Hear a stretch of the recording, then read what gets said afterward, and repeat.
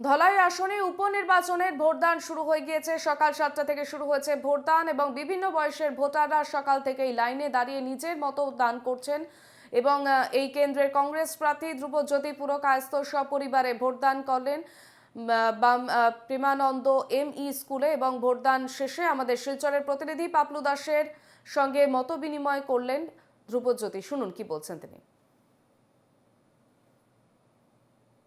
উপনির্বাচনের vote পর্ব শুরু হলো এবং এই মুহূর্তে আমি রয়েছি ধলাই কেন্দ্রে। ধলাই বাম প্রেমানন্দ এমই স্কুলে যে বুথ সেন্টার রয়েছে, সেই বুথ সেন্টারে কংগ্রেস প্রার্থী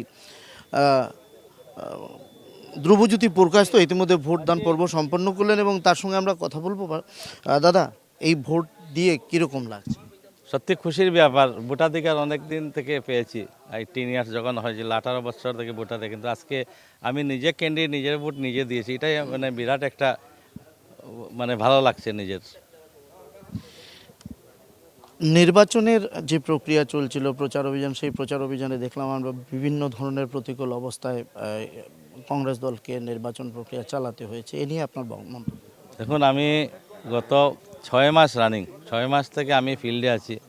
আমি প্রথমে আমাদের পার্টির সব ওয়ার্কারদেরকে আমি ঠিক করেছি। আজকে সব বুথ, সব মণ্ডল, আমাদের 208টা বুথ আছে, 27টা মণ্ডল আছে, সব জায়গায় আমি মিটিং করি। ওপেন মিটিংয়ের মাধ্যমে আমি সব বুথ মণ্ডল বানানো হয়েছে। তাই আমি জানি এই মুহূর্তে 5,500 আমার পার্টি ওয়ার্কার আছে, যারা এক ফোন করলে সব এক জায়গায় জড়ো হয়ে যাবে। আর এটাই আমার মেইন সাপোর্ট, আমার পার্টি ওয়ার্কারের বিরাট সাপোর্ট আমি পেয়েছি। ওদের ভিতরে একটা জোশ, যে জোশটা আমি অনেক দিন পর দেখেছি। কারণ এই কনস্টিটিউয়েন্সিটা অনেক দিন থেকে বিজেপির দখলে, বিজেপির মিথ্যা প্রতিশ্রুতি দিয়ে এই কনস্টিটিউয়েন্সিটাকে লোককে বোকা বানিয়ে ভোট নেওয়া হয়েছে। তাই মানুষ বুঝে গেছে, এর জন্য সব লোক আমার সাথে আছে। আমি খাসিয়া পঞ্জি বলেন, আজকে ট্রাইবেল বলেন, আজকে মুসলিম বলেন, হিন্দু বলেন, কারণ কংগ্রেস সর্বধর্মে আমরা বিশ্বাসী, আমরা সব ধর্মকে নিয়ে চলি। তাই সব ধর্মের লোক আমার সাথে আছে, শুধু 1% না, সমস্ত ধলাই কনস্টিটিউয়েন্সির লোক আমাকে সাপোর্ট দিয়েছে। গত 11 তারিখ আপনি অবজারভারের সহ নির্বাচন কমিশন অফ ইন্ডিয়া এবং রাজ্যিক নির্বাচন কমিশনের কাছে একটা অভিযোগ দিয়েছিলেন। সেই অভিযোগটা কতটুক বাস্তবায়িত বা কতটুক আপনি অভিযোগের যে দাবি করেছিলেন, সেই দাবি কি আপনার পূরণ হয়েছে? দেখেন, আমরা গতদিন একটা ভিডিও ক্লিপ দেখেছি। এখানে মাননীয় একজন মন্ত্রী এসে ওপেন টাকা বিলি করছেন, মানুষকে প্রলোভন দিচ্ছেন। এটা ইলেকশন মডেল কোড অফ কন্ডাক্টের খিলাফ এটা।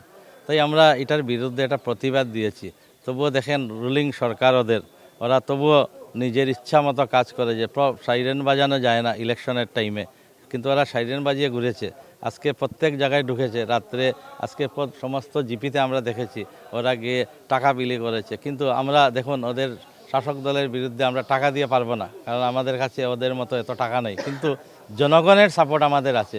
জনগণ বলেছে, দাদা আপনি চিন্তা করবেন না, যত টাকা দোক আমরা আপনার সাথে আছি। কিন্তু এটা প্রতিক্রিয়াটা আমি বলবো, এটা আমরা কমপ্লেন জানি, যখন দেখি ইলেকশন কমিশন কি ব্যবস্থা নেয়। কত ভোটে জয়ী হবার সম্ভাবনা? আমাদের আশা 30-35 হাজার মিনিমাম ডিফারেন্স থাকবে। এক্ষেত্রে বিজেপির প্রার্থীও দাবি করছেন তিনিও 40,000 থেকে 50,000 ভোটে জয়ী হবেন। আজকে এখানে আমার ধলাইয়ের নিজের কমিউনিটি ভোট আছে 28,000। আজকে ধলাইতে আমাদের মেইনলি এটা এসসি কনস্টিটিউয়েন্সি। এসসি যারা এখানে স্থানীয় এসসিদের ভোট প্রায় 48,000।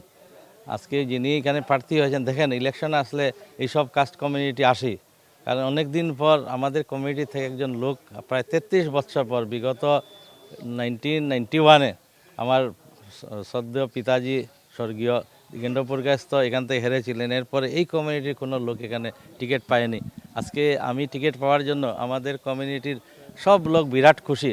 আমাকে এক বাক্যে বলেছে যে আপনি এগিয়ে যান, আমরা সব আপনার সাথে আছি।